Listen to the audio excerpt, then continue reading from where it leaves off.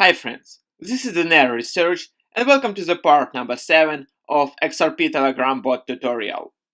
In the previous video we implemented balance function and today we'll work on sending XRPs from one user to others. Let's have a quick look on send command format. It starts with the keyword send, which tells our bot that we aim to send some amount. Then goes amount by itself, for instance 10 XRPs, and users' names, user 1, user 2, user 3, and so on.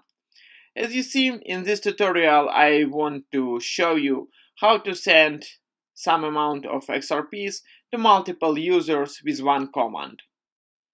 We are in app.js and as usual let's begin with bot here's. Bot here's. And here I'll use as well regular expression, send. So if bot receives some message which contains keyword send, that means bot must send some XRPs. And here we'll have context as a callback, and we need to implement that callback. Okay. Now we need to parse message by separating every word. Let's create variable input and it equals to context message text, and let's split it by space. Split by space.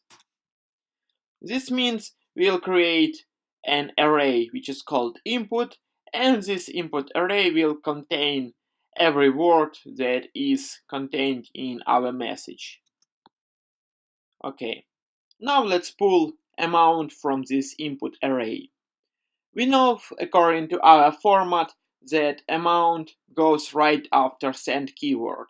So we need to figure out the position of the send keyword in this array, and the next element would be our amount. So let amount equals to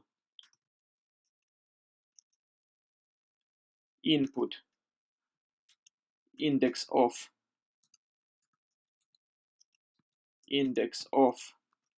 send plus 1. Of course, user may make mistake and type something wrong after send keyword. So we need to make sure that amount is a valid number and it is greater than 0. So let's create following if statement. If amount match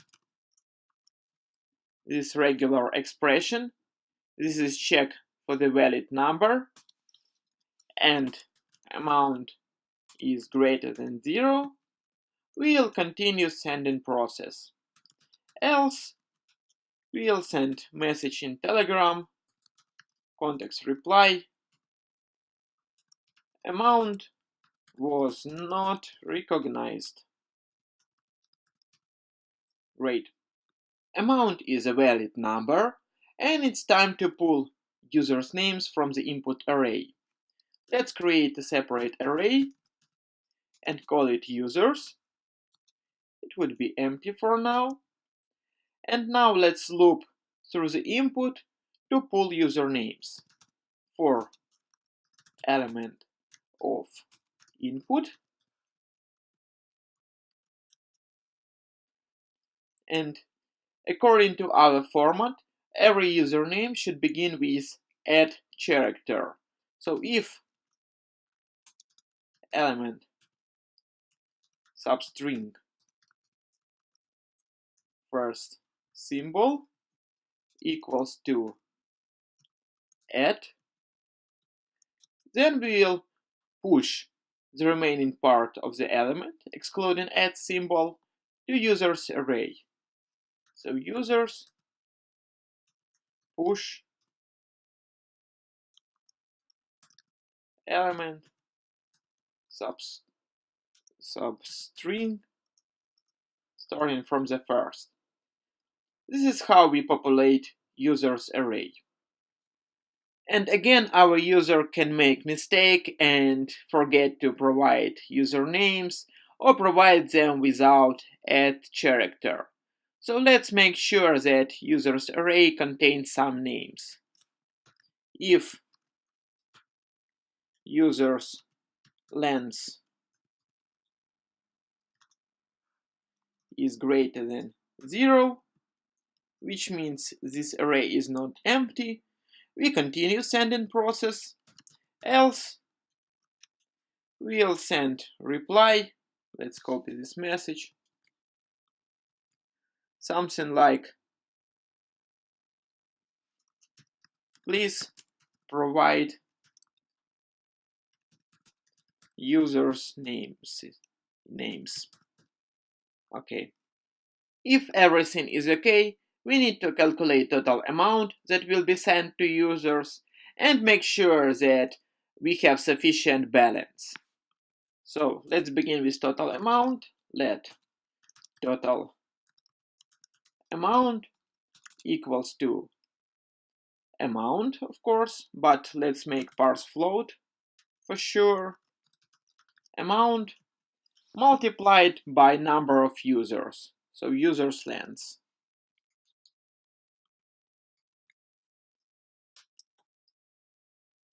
For balance checking, let's create separate function.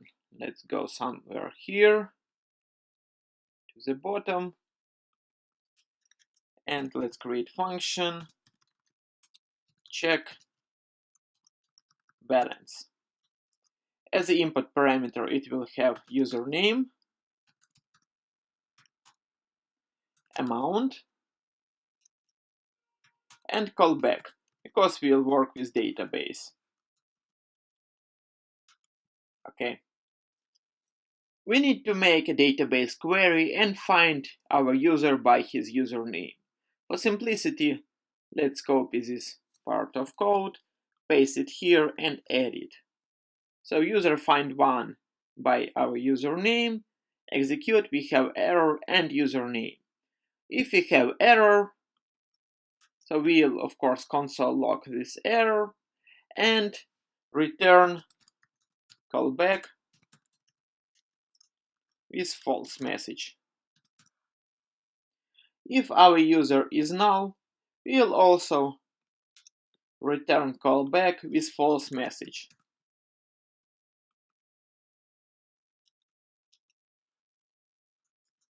Else, if